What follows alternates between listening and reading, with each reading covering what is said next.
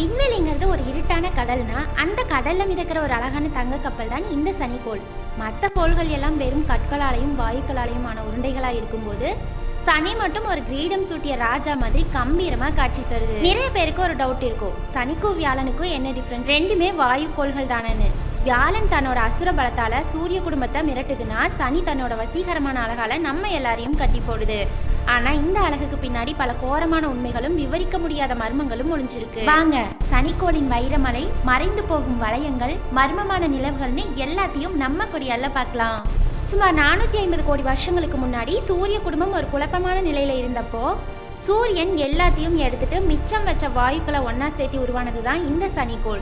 இது முழுக்க முழுக்க ஹைட்ரஜன் மற்றும் ஹீலியம் வாயுக்களால தான் ஆனது. இங்கேயும் நீங்க ஒரு தரையை தேடி போனீங்கன்னா உங்களுக்கு ஏமாற்றம் தான் மிஞ்சும். ஏன்னா சனிக்கோள்லையும் தரைங்கிறது கிடையாது.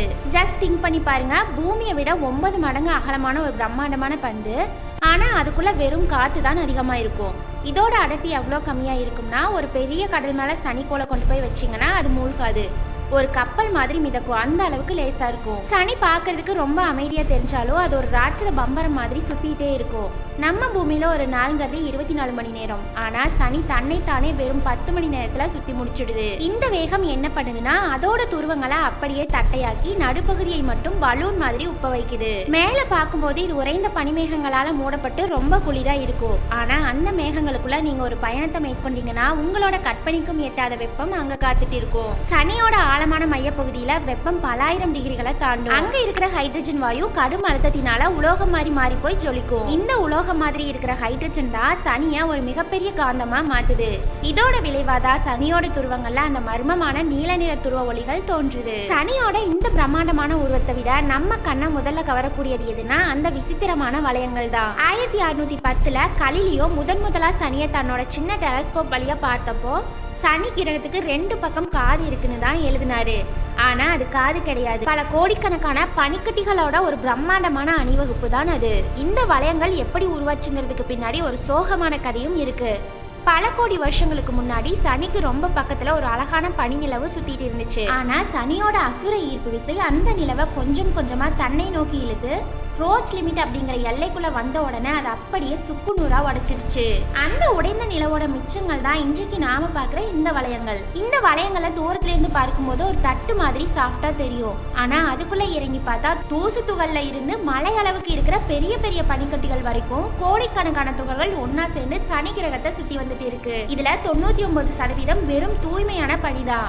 அதனாலதான் சூரிய வெளிச்சம் படும்போது இது வைரம் மாதிரி ஜொலிக்குது. இந்த வளையங்கள் சுமார் 2,80,000 கிலோமீட்டர் அகலமா இருக்கும். ஆனா ஆச்சரியமான விஷயம் என்னன்னா, இதோட தடிமன் வெறும் 10 இருந்து 100 மீட்டர் தான் இருக்கும். இந்த வளையங்களுக்குள்ள காசினி டிவிஷன் அப்படின்னு ஒரு பெரிய இடைவெளி இருக்கு. சுமார் 4,800 கிலோமீட்டர் அகலம் கொண்ட இந்த இருட்டான பாதையில ஒண்ணுமே இருக்காது. அது மட்டும் இல்லாம இந்த வளையங்களை கலைஞ்சு போகாம பாதுகாக்கிறதுக்கு மேய்ப்பு நிலவுகள் அப்படின்னு சில குட்டி நிலவுகளும் இருக்கு. இவைகள் தான் சனி வளையத்துக்குள்ள இருக்கிற பனிக்கட்டிகளை சிதறி போகாம பாதுகாக்குது. ஆனா ஒரு கசப்பான உண்மை என்னன்னா, இந்த வளையங்கள் அழிய போகுது. சனியோட ஈர்ப்பு விசை அந்த பனிக்கட்டிகளை மெல்ல மெல்ல கிரகத்துக்குள்ள இழுத்துட்டு இருக்கு. இன்னும் ஒரு 10 கோடி வருஷம் கழிச்சு பார்த்தா சனி கிரகம் இந்த வளையங்கள் இல்லாம வெறும் மொட்டை கிரகமா தான் இருக்கும். அந்த காலத்துல வாழ்றவங்களுக்கு இந்த சனியோட அழகு கிடைக்காமலே போகலாம். சரி, வளையங்கள் இவ்வளவு ஆச்சரியமா இருக்குதுன்னா சனியை சுத்தி இருக்கிற நிலவுகள் எப்படி இருக்கும்? இந்த சனிக்கோளை வெறும் ஒரு கிரகம்னு சொல்றதை விட ஒரு குட்டி சூரிய குடும்பம்னு தான் சொல்லணும். ஏன்னா சனியை சுத்தி மட்டும் இதுவரைக்கும் கண்டறியப்பட்ட 146 நிலவுகள் இருக்கு. இதுல சில நிலவுகள் நம்ம பூமியை விட ரொம்பவே விசித்திரமானதா இருக்கு. ஃபர்ஸ்ட் நாம பார்க்க போறது டைட்டன். சனியோட நிலவுகள்லயே இதுதான் ரொம்ப பெரியது. சூரிய குடும்பத்திலேயே பூமிக்கு அடுத்தபடியா அடர்த்தியான வளிமண்டலம் இருக்கிற ஒரே இடம் இதுதான். இங்க பூமியில எப்படி தண்ணி ஓடுதோ அதே மாதிரி இங்க ஆறுகளும் ஏரிகளும் ஓடுது. ஆனா அதுல இருக்கிறது தண்ணீர் கிடையாது, திரவ நிலையில இருக்கிற மீத்தேன் வாயு. இங்க மீத்தேன் மழையும் பெய்யும். ஒருவேளை மனுஷங்க எதிர்காலத்துல விண்வெளியில குடியேறணும்னா அதற்கு மிகச்சிறந்த இடம் இந்த டைட்டன் தான். நெக்ஸ்ட் ஒரு அற்புதமான நிலவு என்கெலடஸ். இது பாக்குறதுக்கு ஒரு வெள்ளை நிற பனிப்பந்து மாதிரி இருக்கும். ஆனா இதோட தென் துருவத்திலிருந்து பிரம்மாண்டமான வெந்நீர் ஊற்றுகள் விண்வெளியில அடிக்குது. இதோட பனிப்பாறைக்கு அடியில ஒரு பிரம்மாண்டமான உப்பு நீர் கடல் இருக்கிறத விஞ்ஞானிகள் கண்டுபிடிச்சிருக்காங்க. அந்த ஆழமான கடலுக்குள்ள வேற்றுலக உயிரினங்கள் வாழ்றதுக்கு சாத்தியக்கூறுகள் ரொம்பவே அதிகம். இன்னும் சில விசித்திரமான நிலவுகளும் அங்க இருக்கு. ஐபெட்டஸ் அப்படிங்கிற நிலவோட ஒரு பக்கம் கருப்பாவும் இன்னொரு பக்கம் வெள்ளையாவும் இருக்கும். அடுத்தது மிமாஸ் நிலவு. இத பார்த்தா நீங்க கண்டிப்பா ஆச்சரியப்படுவீங்க. ஏன்னா இது பார்க்கிறதுக்கு அப்படியே ஸ்டார்ஸ் வார்ஸ் படத்துல வர டெத் ஸ்டார் மாதிரியே இருக்கும். இதோட ஒரு பக்கம் இருக்கிற மிகப்பெரிய பள்ளம் தான் இதற்கு அந்த தோற்றத்தை கொடுக்குது. இப்படி சனியோட நிலவுகள் ஒவ்வொன்றும் ஒவ்வொரு தனி உலகமா இருந்தாலும் இந்த நிலவுகள் எல்லாத்தையும் விட சனியோட வளிமண்டலத்துக்குள்ள நடக்கிற விஷயங்கள் தான் இன்னுமே மிரட்டலானது. சனி கிரகத்தோட வானிலைங்கிறது நாம கற்பனை கூட பண்ணி பார்க்க முடியாத அளவுக்கு கொடூரமானது. சனியோட வடதுருவத்துல ஒரு விசித்திரமான புயல் இருக்கு. அதுதான் அருங்கோண புயல். இயற்கை எப்படி ஒரு புயலை ஒரு சரியான ஜாமெட்ரிக் வடிவத்துல உருவாக்குங்கிறது இன்றைக்கும் ஒரு மிகப்பெரிய மர்மமா இருக்கு. இந்த ஒரு புயலுக்குள்ள மட்டும் 3 பூமிகளை உள்ள வைக்கிற அளவுக்கு பெருசா இருக்கும்.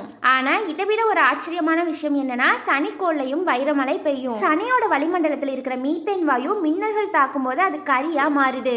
அந்த கரி மேல இருந்து கீழே விழுகும் போது சனியோட கடுமையான அழுத்தத்தினால அது வைரமா மாறுது.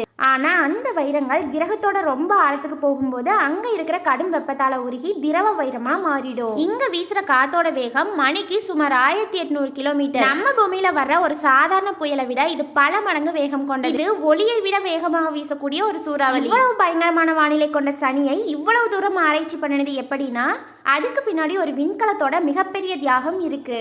அதாவது சனியோட மர்மங்கள் அனைத்தையும் நமக்காக கண்டுபிடிச்சு சொன்னது ஒரு இரும்பு மனிதன். அதுதான் ஹாஸ்னி ஹைகன்ஸ் விண்கலம். 1997 பூமியிலிருந்து கிளம்பின இந்த விண்கலம் சுமார் 7 வருஷம் விண்வெளியில டிராவல் பண்ணி 2004 சனிக்கோளை அடைஞ்சது. அடுத்த 13 வருடங்கள் ஹாஸ்னி செஞ்ச சாதனைகள் சாதாரணமானது இல்ல.